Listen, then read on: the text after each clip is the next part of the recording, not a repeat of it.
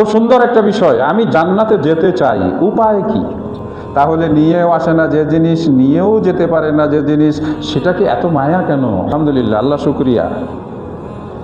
আপনাদের বর্তমান ব্যবস্থাপনায় বাংলাদেশের শীর্ষ আলেমদের কাছ থেকে প্রতি জুমায় মহামূল্যবান কোরআন হাদিসের আলোচনা শোনার আপনাদের সুযোগ হয়েছে। বছর তো মনে হয় পারও হয়ে গেল। পরিবর্তন হয়েছে তো কিছু, আলহামদুলিল্লাহ। পরিবর্তন হওয়ার দরকার, তা না হলে টাকাগুলো বিফলে যাবে। আলেমদের কষ্ট করে এখানে আসা এবং খুতবা দেওয়া, সেগুলো শুধুমাত্র কানের তৃপ্তি হবে। কিছু কথা কান দিয়া শুনলে ভালো লাগে। খুব সুন্দর একটা বিষয়। আমি জান্নাতে যেতে চাই, উপায় কি? চলেন দেখে আমাদেরকে আল্লাহ পাক কি শুনিয়েছেন। সূরা আল মুমিনুন, সূরাটার নামই হচ্ছে সূরা আল মুমিনুন। তাহলে মুমিনদের ব্যাপার সেপার, মোমেনরাই এই কথা শুনছে। মসজিদে আজকে যারা এই মুহূর্তে উপস্থিত, তারা সবাই মোমেন। একজনও হিন্দু, বৌদ্ধ, খ্রিস্টান কেউ আজকে আমাদের এই মসজিদে আসে নাই। তাদের এই আলোচনার দরকার নাই।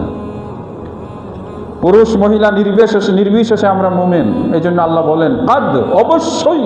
কাদ শব্দের অর্থ হলো অবশ্যই। আফলাহাল মুমিনুন, যারা মুমিন, যারা ইমানদার, তারাই হবে সফল কাম। মোমেনরা কি হবে? সফল। একটু বিশুদ্ধ ভাষায় সফল কাম। একমাত্র তালাই আল্লাহকে সন্তুষ্ট করে সর্বশেষ চূড়ান্ত পুরস্কার জান্নাত লাভ করার এই সফলতা কাদের জন্য? মোমেনদের জন্য। আল্লাহ বলে দিয়েছেন মোমেনরা কি করবেন। মোমেনদের জন্য পুরস্কারটাও ঘোষণা করেছেন। আল্লাযীনা হুম ফী সালাতিহিম খাশিউন, যারা বিনম্র হয়ে, অন্তরে ভয় নিয়ে যারা নামাজের মধ্যে দাঁড়ায়, যারা সালাত আদায় করে।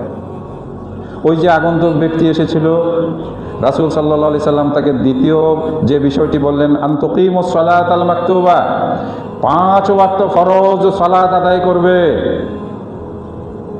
লোকটা মনোযোগ দিয়ে শুনলেন। আর আল্লাহ পাক কোরআনে বললেন 5 ওয়াক্ত সালাত তুমি আদায় করবে সুন্দরভাবে, ভয়, ভীতি, নম্রতা, খুশু, খুজু বলে আরবিতে। নামাজে দাঁড়িয়ে তুমি অনুভব করবে তুমি আল্লাহর সামনে দাঁড়িয়েছ। আল্লাহ পাক তোমার প্রতি দয়ালু হয়ে তোমার জন্য জান্নাত মঞ্জুর করবেন।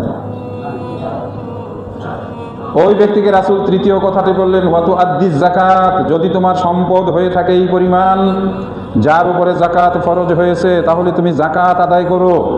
আল্লাহ পাক কোরআন মাজিদে বলেন ওয়াল্লাযীনা হুম লিয-যাকাতি ফাইলুন, যারা হিসেব নিকেশ করে আল্লাহ তাকে যে ধন সম্পদ দিয়েছেন সেই ধন সম্পদ থেকে যাকাত আদায় করে। কেন যাকাত দিবেন?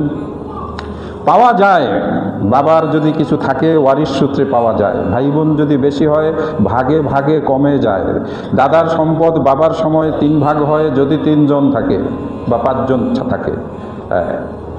যদি দাদার পরে বাবারা আবার 7 জন হয় আরও ভাগ হয়। এই ভাগের পরে আপনি কিছু পৈতৃক সম্পদ পান।